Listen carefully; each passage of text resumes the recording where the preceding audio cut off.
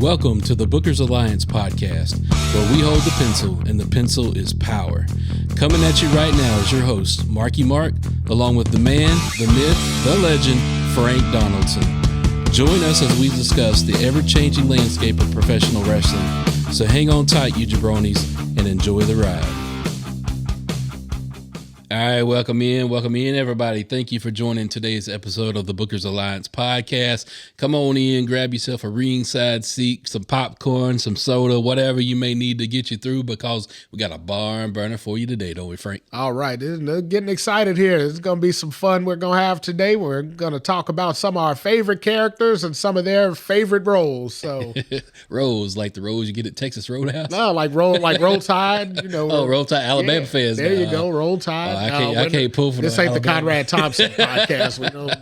We'll do the Roll Tide here. I watch SEC football in the fall there for college, but I'm an ACC boy. Go Heels. So. I don't know. What am I, Big 12 now with West Virginia, the Mountaineers? Who knows where people are anymore? Yeah, at this point, I don't know if it matters. I guess it kind of just is what it is in that college football deal. So yeah, they'll figure it out in a couple years. Yeah. So speaking of figuring it out, we got War Games, Survivor Series approaching. We're hot on the heels, and it seems like these matches are starting to shape up, and WWE starting to figure out what's going to happen in them. Well, they should. I mean, Survivor Series is 2 weeks away, so I mean, we're a little late there, Triple H. At this point in time, we really kind of need to solidify a few things here. I think we got one War Games match announced, but we don't even know all the participants in yet. So yeah, we got one announced. We got one possibly shaping up, maybe with the women. We don't know for sure yet. Seeing some strange alliances start to form together with Damage Control? I think they're Damaged Kabuki Control Warriors. So. Something like that. Yeah, you just put right. Just get them all in there together, and they kind of merge up. So there you go. And that would leave Bianca. That would leave Charlotte. I don't foresee Becky's coming on over there, but no, they need a fifth person now. So they need something. But I mean, whether the women take place or not, that's a different story. I'd like to see it happen. But at the same time, with what we're getting with the men's, I think that one's going to be a pretty good War Games, with Cody being in the first War Games of the match that his dad invented. Yeah, I mean that's a necessity. So whether they figure out adding more characters to it or whatever avenue we go down, the fact that Cody will get to perform in that match, his dad's basically his dad's brainchild. The fact that he'll get to perform in it, I think that'll be good fun for everybody involved. I think he'll really enjoy it. It'll be one of those memorable moments. I'm sure he'll do something ridiculous in it. I foresee another moonsault off the cage. I was thinking too. I feel like he's going to do something completely ridiculous in it, to kind of put his stamp on the match. But Cody, just remember, man, you got a baby at home. Yeah, right. We want to survive this. We want to see you survive the Survivor Series. You don't need to tear another pec or come out of there with big body bruises. You got to make it to 40, man. Come on, we got to make it to WrestleMania 40. So yeah, he was on Busted Open this week talking about his spot in WrestleMania 40 and all. So I venture to think that his spot ain't the spot that he thinks it's going to be. He's got a spot in WrestleMania 40, absolutely, but I don't think it's going to be where he thinks that spot's going to be. We shall see. We're on two sides of the fence of this one, sir, I believe. That's where we were last year. I mean, I kind of swung on the way of no way Cody wins this, and if I remember right, you were all in the camp of Cody's got to win it, and of course, we see who won out in that. But, Well, I will say this. I was watching something today. I scrolled across Sean Ross Sapp. He was doing his typical afternoon kind of live on YouTube there. And he did mention something that kind of caught my ear. And, somebody came along one time and said, I'm in a mood. Just, you get the truth from one question. What do you want to know? You'll get the truth from me one time. What do you want to know? Okay. And he said, when's Roman dropping this belt? And the person flat out looked him in the eye, no kidding in his voice, when Roman and Paul are ready to let it go. That theory sounds good, but I know exactly when he's going to drop that belt. I don't think we've dropped this information out here in Podcastville yet, but I may have said it other places, but I mean, I know for a fact when he's going to drop the belt. The day SmackDown debuts on their new state, on USA in 2024, which will be the season premiere of SmackDown on a new channel. It'll be after he passes the Hogan record. I mean, think about it. When's the last time we saw a title change hands on SmackDown? When they came to Fox with Brock Lesnar going over Kofi. Yeah. How about before that? Don't bring that back up. I mean, it that's happened, a bad taste. True, but it happened. Before that, when they went to, because they came from USA, right? Same deal. You had guys drop the title on prime time live TV. Hogan way back in '88 dropped it on the main event. NBC Friday night wrestling against Andre the Giant. It's what WWE does. I mean, they get the biggest platform they can get, the highest amount of viewership they can, and they give them the biggest thing possible. I feel like after Hogan beats the Hogan record, or after Roman beats the Hogan record, at that point it's kind of up for grabs. But keep an eye out for what'll that be? October sometime next year when season premiere, whenever they debut on USA, look for that particular day to be the day that Roman happens to drop that belt. Just putting it out there. It's not a spoiler, not a teaser, none of the above. Just a little bit of knowledge from a long-time history-based wrestling fan. All right. So do want to give 2 props, though, real quick before we go any further. I want to give a props to Cody Rhodes for calling the match by its actual name. The Match Beyond. There you go. The Match Beyond. He said it. And when he said it, I sat up and I went, he said the thing. So if you remember, I mean, back in the WCW days, remember the 1-by-1 going into the cage was War Games. But then after all the men had entered, they would turn down the lights, and then all of a sudden it was the Match Beyond. Yep. And the lights would flicker and everything would happen. I'd like to see, for nostalgia's sake, I'd like to see that happen. When the last guy enters in the ring, you play the little ominous music and flicker the lights and all that, and say, now starts the Match Beyond, and then you go at it for whatever's going to happen. But don't know if they'll go that far with it, but it would be nice to have Cody in there, representing his dad's legacy in his dad's match. It also would be nice to see the top put back on the cage for this event, but we all know why that's not going to happen. Yeah, I was going to say, we just mentioned that a bit ago. You can't get your high fly moments. Yeah, with the whole Cody moonsault deal. Can't do that with a top on it. No, so that I respect to that. But I also want to give props real quick to Adam Pearce. Okay. I didn't think that I would ever enjoy anybody else screaming War Games outside of William Regal. There you go. But Adam Pearce legitimately said War Games, and I'm like, dude, you brought the energy with it. Yeah, you brought the energy. I was like, all right. Which is strange because we got William Regal back in the fold. So, I mean, if you wanted to trot him out there to say it, he was available. But he's still covered up in that whole age. Yeah. He can't be on TV. I understand. But, I mean, I think Pierce did a good job with it. Like you said, and it fit the story, with him being the general manager and he's out there, with his whole, I'm sick of the games and blah, blah. Okay. When we hear that, it's like, all right, we know where this is going. Nice lead in there, buddy, but hey, he played it off pretty good with his new authority role figure. It makes sense. So yeah, I get it. Yeah, and also the last minute quick props to Triple H for using War Pigs by Black Sabbath for the theme song. Couldn't think of a better theme song than that for War Games. I mean, when the Viking Raiders comes back, that should be their name.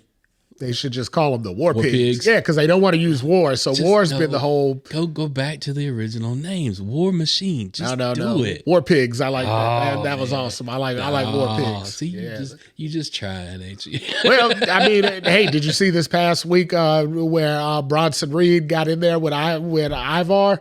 All I was thinking is, look at big Bronson Reed doing that splash on big ass Ivar. I was like, good God. You know what? I may be beaten, but I will never give up. I will be John Cena and die on this mountain. You're gonna call it Big Bronson Reed before this podcast is all said and done. So I promise. We might have to make that a little wager here coming up soon. Just a one-time announcement as he walks to the ring. That's the only time you need to every single time you say his name, he's got to be known as Big. He should get they should put that on his outfit, like where the flames go on the side. They did one time right up and the it looked middle. awful. It should just say big. They did one time and it looked That's all awful. they need. They don't need the B. They don't need the R. They don't need none of the other. Just put big on both sides of his outfit. So that way everybody remembers. Samantha Irvin can scream it all she wants when he walks to the ring or when he wins the match, but I don't need to hear big Bronson Reed 11 times from Michael Cole. Every single time they refer to him, that he's got to be big Bronson Reed. Wade Barrett has to call him Big Bronson Reed. Everybody We know he's big. We ain't blind. We might not remember. We might forget. He's in the ring. You can see him. But he's got to be referred to as Big Bronson Reed. All right. You got to love it. We ain't going to get past Speaking of Samantha Irvin, don't we love how she says Chelsea Green when she announces her and Ludwig Kaiser? Don't we love that when she comes out there? I will tell you this. I enjoy hearing her enthusiasm with how she gets in behind calling those names and everything else. But it's just, it's not, what's her name that used to do it? Lillian Garcia. Lillian Garcia. Well, I mean, Lillian. It's Garcia. not Lillian. Yeah, she had a nice form when you were watching her do it, but I just feel like it gives character to the characters when they come. Because when Chelsea Green comes out there, she's doing her whole Karen gimmick and she's plopping along, bouncing around out there, and then she says Chelsea Green, and I'm like, oh hey, it makes me even if I'm not really paying attention, I look up like hey, and then Ludwig Kaiser. You gotta love that. I mean, as long as we don't start going into the whole Tony Schiavone, it's Steve. Well, I mean, we don't have to have that. Like, oh my God, dude, Tony quit. Unless he give that up. So when Tony retires from AEW, WWE needs to bring him in just one time for Bronson Reed when he comes out. Then he can say he's big. Bronson Reed. I will go on strike Triple H. That's all we need. That would be the greatest. I will boycott. The greatest move of all. I'm almost tempted to start going by Big Frank Donaldson in here, so you have to announce me at the start of the show. No. He's big. No. That's the best. That's the greatest. Oh, okay. All right. We'll have to talk about that one off the air. We're way off the reservation now. We are, but it's a good one. Everything's blowing off. The doors are off the hinges at this point. Speaking of doors being off hinges, let's transition into this.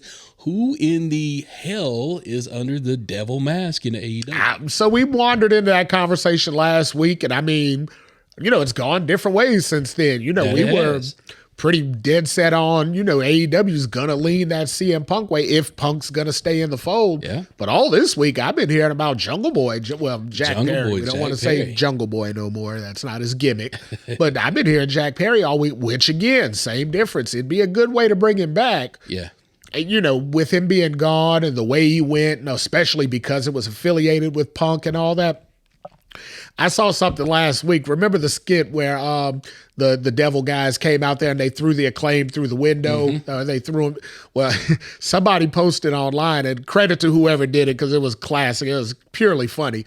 They said if they threw him through real glass, it was Jack Perry. If it's fake glass, it was CM Punk. And I was like, oh my God, that was great. Fantastic. I'm glad you brought that up so I could I'd almost forgotten that. But when I read that, I was like, damn it, they nailed it. I was like, you know what? And so that's how we'll determine if it turns out to be one of those two, then we'll know if they use stunt glass or real glass. Yep. That's perfect. And kudos to whoever that was. Yeah, I don't remember who did. Like I said, it was just a fleeting thing that I happened to see on the internet. But my God, it was so funny when I saw it. That was one of those laugh out loud moments where you actually have to stop what you're doing. Like, wait, what they say? That was witty. You got to give them that. Yeah. So we don't know who's behind the devil mask. We don't know what's going on there. It's very intriguing, at least. It's better than I got this big announcement. Yeah, thank God. I hope that's not how they pay that off. Yeah, I hope he don't decide to come out and Tony's we got a big announcement. We're going to reveal the devil. I hope like hell he's not the devil.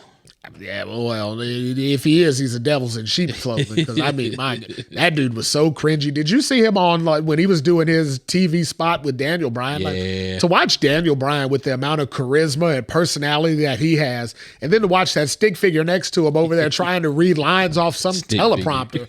My God, I mean, Tiny Khan needs to give him a break. Yeah, he needs to go somewhere and sit the hell down. I've never seen a person that needs a figurehead or a mouthpiece character more than Tony Khan. He's horrible on. He did say he did tweet something today that's kind of piqued my interest, and I hope we're not. It better not have been big announcement. I'm telling you. No, it's not big announcement, but he did tweet that there is a full-time AEW signing that will take place at Full Gear this weekend. Oh, hell. And it is somebody, according to what he says, it is somebody that the AEW fan base will be 100% behind. So it's a New Japan guy. It's Ospreay. Okay. It's got to be. So, so it's a New Japan. Got to be Will Ospreay. It makes sense. Yep. It's either Will Ospreay. Okada's still out there and some of those other but names. His contract's not up. But it's got to be Ospreay or it's Mercedes Moné. It's one of the two. That would be decent. That would be... Either one of those, I mean, let's be honest, either one of those would be great for the roster. I mean, it'd be great for the roster, but for Mercedes Moné's sake, I really hope it's not her. Yeah, Tony co-signing on it definitely ain't gonna give it the endorsement that she needs. I really feel that if she goes there, her career is gonna die. I really, and I hate to say it this way, but God, their women's division is just. Blah. It's so bland. It's like that now because Britt Baker's gone. Like she disappeared. Now you notice she brings a different glamour to their women's division. And when she's not there, it kind of falls to the wayside. It's like, but I mean, we've seen this one trick pony before where Saraya was supposed to inject the shot of adrenaline into the women's division. Yeah, now she's a glorified manager. Right. Yeah, exactly. It's not going to happen until they decide to book the women better in matches. Yeah, they're teetering on WWE Diva days right they now, really where are. With those little short matches and. I mean, I feel like they got lightning in a bottle with Tony Storm. If they just accentuate the character, like I get it, she does great on the, the screen by screen, picture in picture deal on commercial.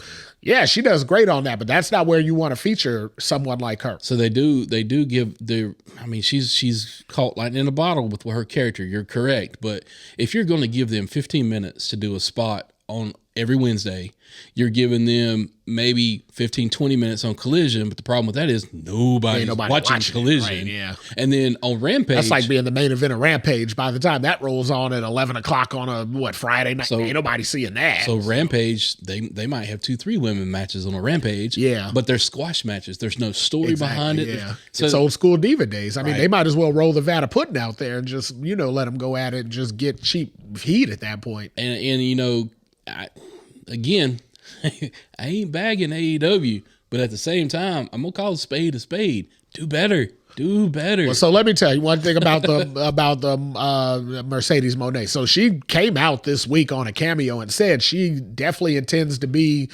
on some promotion by 2024. Right. So signing at Full Gear, she's probably not healthy yet, from that injury she took over in Japan. So more than likely it would be 2024 before she would show up, become a character. As far as AEW's women's division goes, I mean, yeah, she would be a big splash in it, right?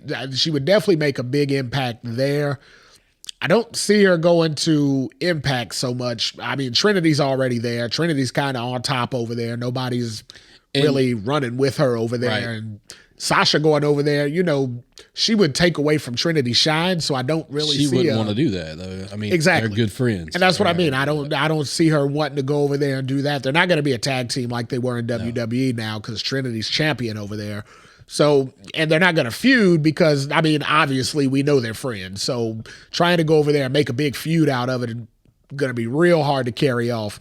Plus, I don't think Impact's ready to pay, or TNA is ready to pay the kind of money that Sasha would think she's worth. So, and she's already done the New Japan deal. So I figure that's probably run its course. So, I mean, in all honesty, it's AEW, WWE at this point. And I'm going to be 100% honest with you. When we were talking about the whole War Games thing and all that, considering the fact that Jade Cargill may debut in Survivor Series on the women's side, if you got a Jade over there, you got a Bianca over there, you got a Charlotte or Rhea, every other name I could sit here and say, there ain't a whole lot of room at the top for Sasha Banks no more. No, she's going to get lost in the sauce. Yeah. She's almost kind of, and maybe it's to not even her fault, but she's almost blown the opportunity to kind of get back in there. In WWE, they moved on. I mean, at this point now, they moved on. And that fast. Yeah, and that would definitely, because they're so invested in their women's division. Yep. I mean, they've got top-tier talent over there, And you coming back after a year and a half, whatever the time frame is that she's been away, thinking you're going to jump right back in the main event mix, that's probably not going to happen. That, like I said, that wheel is full at this point now. You know, she could come back and wander around in the tag team division, but being who she is, I don't think she would want to come back and just say, hey, I'm a women's tag team wrestler. And if she does, who's she going to tag with? Bayley? I mean, Bayley gets kicked out of the damage thing that we just named, the name we just came up with, and her and Sasha go against the Kabuki Warriors. I mean, maybe, you know, that could be an avenue to go down, but is Sasha really going to come back for that?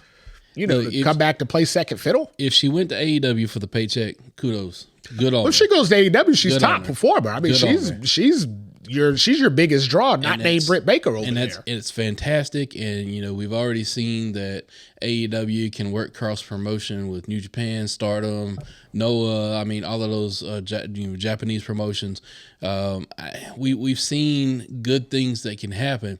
It's just they don't seem to want to put the effort. No, and that's where I feel like the missing is going to be, or the broken is going to be, is Sasha may go over there. She may get the check. She's going to wind up pissed off just like she did in WWE. Absolutely. She would definitely end up being champion sooner before later. I mean, you know, if she's healthy, if she's ready to go, if she signs a full gear, I say by, you know, March, she's champion over there, long and away. The whole division can be built around, you know, like a her and Britt Baker type deal. Bring in some of the other talents they have, you know, like the ones they got over there now. Thunder Rosa may be coming back soon. There's a lot of talent over there for her to work with. But if they're not going to put the creative behind it and they're not going to put the time into it, then it's all for nothing. So, I mean, I don't know how AEW works their contracts and all that, but if Sasha can get Mercedes over there, she'd be Sasha in WWE. If Mercedes can get some kind of, you know, commitment from them, like, hey, if you bring me in, this is where my trajectory is going to lead. Right. You know, and there's some kind of commitment to it, then okay, yeah, then absolutely she should go to AEW because she'd be, you know, the brightest shining star in all of that, you know, and all of that talent pool over there. But if not, if it's just I'm going over there to get signed and then I'm just going to leave my career in Tony Khan's hands, within a year, she's going to be trying to walk out of there and it's going to be pretty much a CM Punk issue. I mean, let's be honest. Mercedes did a CM Punk to WWE. She kind of took her ball and went home when she wasn't happy. You know, I know she said, you know, you don't know what it was about. She got all over some fan at some signing about assuming it was about creative. Whatever the point is, the fact of the matter is, there was time left on her contract and she wasn't there. Yeah. So the rest of it how we got to that point don't really matter. The point of it is CM Punk had time on his contract and he wasn't there. Stone Cold at one point had time on his contract and he wasn't there. Yep. And Mercedes Moné, Sasha Banks had time on her contract and she wasn't there. Albeit she may be in the right. She may have been completely justified for her reasoning. Point of it is that's what happened. So that's what we have to go by because, as she stated, we don't know the backstory. So that means we got to speculate on what we know. And the fact is, what we know is you left the company high and dry, and now the company's hella moved on past where you were at. You got that right. So you didn't leave yourself in a better position as far as WWE is concerned. She's in a great position for AEW, but not for WWE. These girls in NXT that are chomping at the bit right now. At this point now, I mean, like Tiffany I said, they're being one of them. A long way away. I mean, you could, if you were lacking up at the top and you needed somebody to come up, you could call up 3 girls from NXT right now. Oh, yeah. Who can do what Sasha does, you know, maybe not to her level, obviously, because they won't have the same experience, but they get there. I mean, so working with talent like Charlotte Flair, Becky, Bayley, you know, Bianca, there's a lot of B's over there, huh? A lot of Becky, B's. Bayley, Bianca. In a good way. Yeah, they're right. Sorry, ladies. We wandered off into a dangerous territory there. That is not what I meant. I am so sorry. I was just noticing how many B names I was saying back to back. We will be making our donation to the foundation, you know. Yeah, right. Absolutely. We want divas. We want women's wrestling. So sorry about that. But yeah, you know what I meant. Nonetheless, though, there's a lot of talent over there going on, a lot of good talent over there, to whereas, you know, you take a year away, your spot's gone. So let's talk about somebody who did take a year away, not of his choosing. It was kind of forced on him. Came back better, fit in great to a picture, became world champ, and now all of a sudden has a chip on his shoulder. And is this Randy Orton? No, no. We won't get into the Randy Orton conversation just yet. It's Drew McIntyre. Drew McIntyre. Yeah. There may be a tie-in with Drew McIntyre and Randy Orton here coming up soon. But could be. But like you said, no. I mean, hey, what did Drew show us this past week? Yeah, he come in there. He shook Seth's hand and said, "You know what? The better man won." Yeah. But then at the same time, turned his back on Cody. Yep. And attacked Jay. Yep. Cost him the tag team championship. And now seems to have turned that old corner and proverbial heel turn. Looks that way. It looks like he's joining alliances with the Judgment Day. Yeah, so with the Judgment Day, so what happened there? Who did they give that black bag to? Was that black bag, did they give that to Drew to buy off his services? Or interesting. Was that just like some Judgment Day gear they took over to JD McDonough because they had officially voted him in at that point in time? There's a lot of stuff going, a lot of moving pieces going on with the old Judgment Day this week. And that's what keeps my interest, because you don't know which way this twisted and turning is going to wind up. No, yeah, we don't know how we got. All we know is at the end of Raw, we saw Drew standing at the top of the ramp. Rhea came out and they shook hands. As apparently some agreement was formed, but we don't know how it got there. We don't know what moving pieces got us to where we ended up. We just know that's where we ended up, and it put us in a good place. Yeah, but that heel turn kind of sparked some conversation between us about heel turns that have happened throughout the generations, and who we thought had some of the best heel turn moments. And obviously, the best heel turn to ever happen was Hogan in the NWO. Yeah, that was, when Drew came out, the way he stood there, you kind of saw what was coming a little bit. But I can remember when Hogan walked out, at that bash at the beach, as he was walking out, you still didn't know, Yeah, you didn't know. It was like, I remember, the announcers were even speculating. You could tell they really didn't know, especially how the way it worked itself out. Larry Zbyszko, I can hear him to this day. Is he the third man? That was Bobby the Brain. Oh, was Bobby it Bobby? I thought it was Larry. No, Bobby actually spilled the beans on that one because Eric Bischoff talked on his podcast, and he was like, we didn't let the announcers know. We didn't let anybody know. And kind of in retrospect, he kind of wished he maybe had to let him know because, Bob, like as he was coming out there, they said, Tony Schiavone was doing his whole, it's Hulk Hogan, here he comes, save the day. And then all of a sudden, Bobby the Brain Heenan had yelled out, but is he the third man? And then all of a sudden you hear dead silence. Yep. Like, because it was kind of like, at that point, I think him and Schiavone probably looked over at each other like, oh hell, we done let the cat out of the bag on this one here. And from what Eric Bischoff said, he said as soon as he heard it, he was in the back like, no. But you don't tell guys that. You don't know what you don't know. And Bobby the Brain Heenan's character always against Hulk Hogan was, trying to disparage the good, great name of Hulk Hogan. Yep. From his AWA days all the way, he would always say, hey, Hogan's a snake, Hogan's a heel, Hogan's blah, blah, blah. That was just his character. So him saying that, he foresaw the future. Exactly. Me being, I was 18 when all that was happening. So me hearing that, as soon as I heard it, I'm like, oh hell, he is the third man. Because Bobby had gave it away, and I knew from listening to Bobby just kind of the way he said it, I'm like, wait a minute, that's out of character. But a younger fan might have looked at it like, no, he can't be. He's the red and yellow all the time. So it didn't kill it for everybody. In the lore of the story, though, that even Bischoff wasn't sure that Hogan was going to follow through with it, even as he was walking down to the ring. So by the time he was walking down to the ring, he had got a commitment. But they said coming into the event, they didn't know because from what Bischoff says, he said they always had earmarked Sting for it as like that backup. Right. Like I guess originally it was Sting. That was going to be the way it was going to go. And then when Hogan caught wind of the act, and he was like, wait a minute, I gotta get in on this. Fans are booing me. I'm kind of off TV every now and again. Need that character change. Yeah, he kind of saw. He saw the writing on the wall. Kind of, what'd you just say? He saw into the future. Mm-hmm. Hogan saw into the future. Like, I'm going this way, and these guys are going the other way. I need to hitch my ride. Yeah, I better catch on to this thing here before it takes off without my ass. And next thing you know, you got Sting and Nash and Hall doing their thing, and Hogan's trying to fight him Well, you see what happened to the guys that tried to fight the NWO. They got spray painted and their asses beat every week. But I think for me, what makes that like the greatest heel turn ever for me is because everybody was so invested in Hogan as the red and yellow, the American hero, the say your prayers, eat your vitamins. Like everybody was so invested.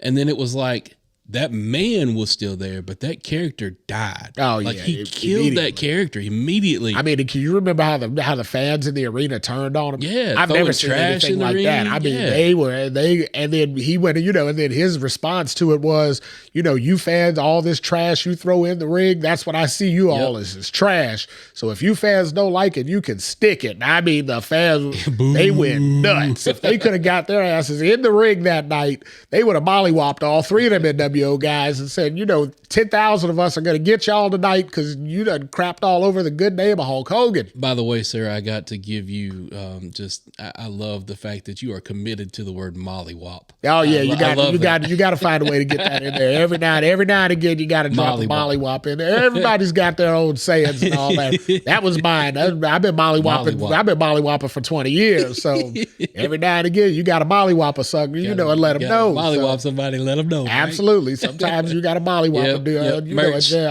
Merch person. That's new T-shirt. Oh yeah, you got to have a mollywop shirt on there. Put a big old hand right on the back. Mollywop. Mollywop on it. There you go. All right, but the other thing too with Hogan, just all of a sudden the 180, the change in character, change in demeanor. The next time you saw this man, he was in all black. Yep. With the black beard, the facial hair changed, like the whole attitude, the theme song changed. Just I mean, he went right to the NWO thing, but even to this day, I mean, after he moved over to Voodoo Child with Jim, I mean, even to this day, when you hear that song anywhere, that's Hogan. Yeah, it doesn't matter where you are, whatnot. As soon as you hear it, like you be driving down the road, 100 miles an hour. As soon as that comes on, if you're a wrestling fan, you immediately flash back to those that or the new world order. Yeah, there you go.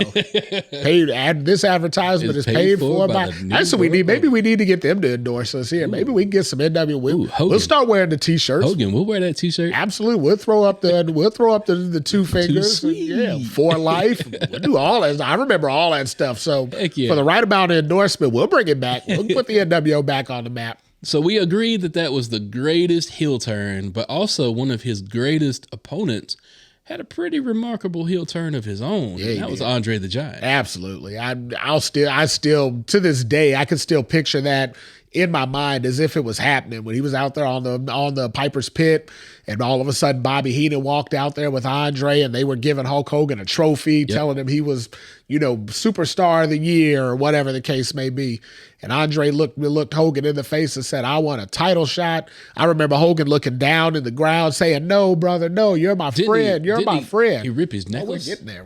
Yeah. He looking down and he saying, "No, you're not my friend." Andre the Giant put his big paw under Hogan's head, picked his chin up, and and made him look him in the face, pointed him right in the eye, and said, "I'm coming for that title, and I'm gonna take your championship." And then he grabbed his shirt, so he intentionally only intended to grab his shirt. Okay, but with the big paws Andre got, I mean, when you go to grab one thing, you might catch a whole lot of everything else in there. So yeah, somehow another, but he caught his crucifix in there with it. Yep. And then when he went to go pull it, he, his fingernail caught Hogan in the chest. So, blood was trickling down Hogan's chest. The crucifix got ripped in half, as well as the shirt, because Andre just yanked all that off and then threw it down on the ground. Then you see Hogan, blood pouring down his chest, drops down to one knee and just picks up his crucifix, and he's just looked destroyed. Like, he couldn't respond, didn't know what happened. It's like he broke his soul. Yeah, and Piper was standing.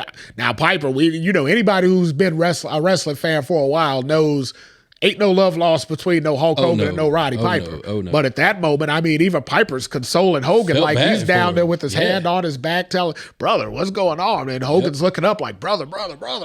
Everything was brother. So we don't know what else he said, but we know there are some brothers being said in that exchange. and that was it. Andre the Giant, was automatically went from the most beloved big guy in wrestling, main attraction everywhere he went, to the biggest and meanest, nastiest giant of all time. Speaking of trash getting thrown at him, he had a lot of trash as he was being carted on WrestleMania. Yeah, absolutely. Both going and coming. I mean, they were throwing junk at him over in Pontiac, Michigan after he lost the match. Yep. They just hate. I mean, but Hulk Hogan was such a beloved character at that time. I mean, he was a hero. He was a child's hero. And the big nasty, the big mean, nasty, stinky, smelly giant, and besmirched the great name of Hulk Hogan. I mean, so hey, you gotta boo that guy. But I will tell you about a man who had hatred for Hogan as well. And to hear him tell you, that man had lust in his eyes. Hogan had a little lust in his eyes. Lust, Elizabeth. Oh, yeah. We talking about the Macho Man, Randy Macho Savage. Man. What a great story. Oh, dude. Macho Man's story, the way that they set that up and the way that they turned him heel, that was phenomenal. At that time, we'd never had storytelling like that. No. I mean, that was over a year they drew that out. Yep.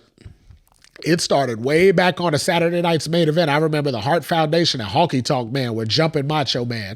And Elizabeth ran out there to go save him, go save Macho Man. And Honky Tonk Man threw Elizabeth down. Elizabeth had never been touched before in wrestling. Yeah, so when you saw her flip and hit the ground, it's like, oh my God, what just happened here? And all of a sudden, she runs off in the back and brings out Hulk Hogan. The hell's Hulk Hogan doing? Hulk Hogan hates Macho Man. They mortal enemies. I mean, nobody hates each other more than these two guys. Next thing you know, Hogan comes out there, saves Savage, and that kind of kicked off. They didn't tag team and all that other. They didn't get into all of that yet, but it just kind of planted that original seed of, wait a minute, these two are the two hottest things in wrestling right now, and now you're telling me they're friends? It's like Rock and Austin teaming up at that point. Almost at that point in time. But when two guys come together, that with that kind of cachet behind their name and that much ambiance and all, the only thing you could think to say is, man, that's almost like a combination of mega powers, right? So now you got the mega powers. Mega powers. Yeah. Which, that was a great story. Like you said, we really hadn't seen storytelling, not to that level, no. And it was awesome to watch, even though there might have been a thread of truth going into some of that. Quite a bit. Apparently. Down the road, apparently, there was quite a bit. I mean, but if I don't know how many times Hogan and Macho turned on each other throughout the years. That was the first one. That was the greatest one. Then in WCW down the road, they kind of turned on each other back and forth. And, they involved a lot of other characters. They went a whole bunch of different ways. Then after both of them were out of the ring, Macho Man put out a rap album to try and, I guess, get himself back in the ring. He turned heel on Hulk Hogan one last time on his way out. So, I don't know. He couldn't let it go. No, he dropped a rap album on and turned heel all over again. Said, damn, Macho, you had retired a face. Macho told him, no, I'm still over here. I'm a heel. Yeah, he went heel on him one last time. So that's three great examples of heel turns that we've seen throughout the years. But we want to talk about two examples that we feel like they missed the boat, where they should have turned heel and they never did. And the first one dropping the ball. The first one's John Cena. Definitely. And I get it. John started as a heel. When he came in, he was ruthless aggression with Kurt Angle. And right. That character was a bust. So, yeah, you had to get out of that. Then he went into the rapping deal. And, I mean, that character was a heel. I mean, but... It was a heel, but it was a heel as in Austin trying to be heel. Yeah, he was a cool heel. Cheering him. Yeah, he was one of those cool heel deals. Right. He was a bad guy, but he was, he was a cool heel. And so he kind of dabbled in the heel era then, but once they got out of the rapping thing, and then all of a sudden John Cena was the main man, the face of the company. Oh hell, they were off to the races then. Yeah. I mean, he became 16-time world heavyweight champ, and Flair did that as a heel.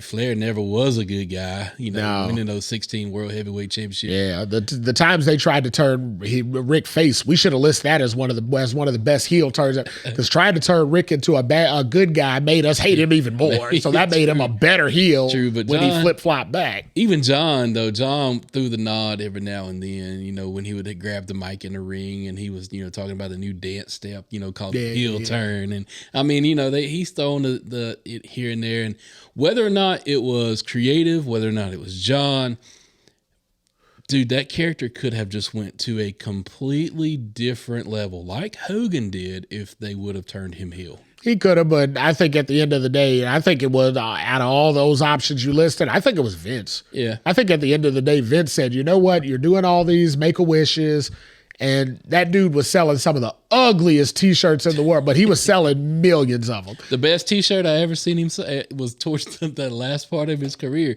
where he had all the belts on the shirt. Yeah, yeah. Either that or the Super Mario 3s. Yeah, the one they tried to NIL with. Oh, my God. Or not NIL, but what was that thing they tried to do? What NFT. Yeah, NFT. They tried to NFT that thing and realized that was probably the worst business option they had ever done with John Cena. They almost killed John Cena. That dude. They should have turned him heel right then for selling them cheap-ass shirts for $1,000. Speaking of a character that they did kill, we're talking about AEW.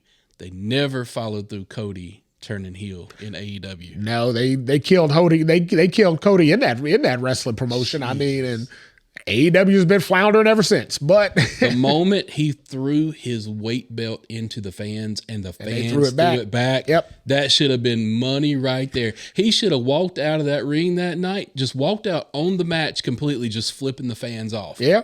And just well, they missed that boat with Cena too. Remember when Cena did the ECW, one night stand? He threw his shirt out there, and they kept throwing it back. I mean, RVD match. With RVD when RVD won the title, same difference. You got kind of parallels right there. Both guys were super faces, ready to be turned because I mean, the fans hated them at that point. They were crapping on the whole act at that point. Both Cody and John, they treated them both the same way. Like you said, they threw their stuff out to the fans and they threw it right back. Like, no, we don't want any of this. We don't want any of you. We want you out of here. Yep. Best opportunity ever to pull a Hulk Hogan and come out there and say, you know what? If that's how you guys feel, then y'all can stick it and just go off and be a heel. But the characters didn't want to do it. Like Cody did not want to be a heel. You can see Cody didn't want to be a heel because he's a super face here in WWE now. And that's all well and good, but man, and I understand, like, if you don't want to do something, you don't want to do it. I get it. I truly get it. But the right person, being Vince in that moment, could have set him down and been like, dude, you know how much money we're about to make? Yeah. Do you understand what we're about to do? like Tony should have set him down if you think about it, told him that. Dusty was never a heel. Dusty was never at least not a heel in mainstream. When he was Texas Rednecks and all that, I think he dabbled in some heel in Florida. He was never a heel, but he was in Austin. He was a talker. Yeah. He was a fan favorite, but he talked shit. Yeah. I mean, and that's what Austin did. He talked shit. He didn't take shit from anybody. That's Dusty. Well, see, Cody. So for me, Cody being a heel immediately turns him into the Miz or Chris Jericho or all them other suit guys, suit wearing guys that use those big words when they're talking and all that. That just makes Cody that. So I do understand why Cody didn't want to go down that road because he would have been typecast into that. I mean, MJF wandered into that for a while. MJF, how many times did they literally tell MJF during promos that he was a low budget Miz? I mean, I may be a scumbag, but I'm your scumbag. Yeah, but so MJF was lucky enough that he could turn it around. He's not being compared to Miz anymore. But for a while there, that was a main comparison. So I mean, you're on it. I mean, MJF did turn it around. And maybe Cody could have had something like that, but if he didn't want it, he didn't want it. And if he wasn't going to put himself into it to turn it around, then he would have just wandered himself into that typecast role of suit wearing Jericho, suit wearing Miz, and then now suit wearing Cody. He would have ended up being that. So if he wasn't invested in it, then he did the right thing. Obviously, he did the right thing for it. He came out of it on the other side, main event at WrestleMania. So he made the right choice in the long run. Dude selling merch like crazy. Right? Yeah, now he's the top number one. He's the number one merch guy in the wrestling business right now. So he made the right choice looking back at it. You got to give him his credit for that. Yep. So, those were three great examples of heel turns. We talked about Cody and Cena. The missed opportunity there, but this all kind of sparked from the heel turn we saw Drew go down this road. What do you think? It's going to be a boom or I was going to say, where's he going to end up? Is he going to end up a missed opportunity where they should have did it at a different time? Or is it going to be one of the greatest heel turns? I guess we're going to find out. I do think there's going to be some, now that Damian Priest has proclaimed himself to be the leader of Judgment Day, I do feel like there's going to be a little bit of, head bumping going on at the top. I think it's going to be akin to who's actually in charge on, on the ship over in Guardians of the Galaxy. Is it Thor or is it, or is it Star-Lord? Who's really in charge? Here you go. You got Damian Priest running around with that Money in the Bank briefcase. And you got old Drew running around chasing the belt. Yep. Is it eventually going to come to a head between these two? Well, at some point in time, somebody's got to be the leader. So somebody's got to make the hard choices. And today, at this current time, Damian Priest says he's making the hard choices. But how long is that going to last? We'll see. We'll have to see. Well, thank you for listening to today's episode. We appreciate it, guys. Drop us a note out on our social media platforms. We're on Facebook, Twix, as we call it. There you go. Don't forget Twix. X, as everybody else calls it. We're out there on Instagram. Throw us a line there on social media. Did we miss the marks? Somebody else should have turned heel that we didn't talk about. Let us know. But we appreciate you guys listening to today's episode. And with that, we bid you adieu. Heels! Today's podcast was produced by SBP. You can find our podcast on all major podcast platforms. Also connect with us on our social media accounts. Search for the Bookers Alliance on Facebook, Twitter, and Instagram.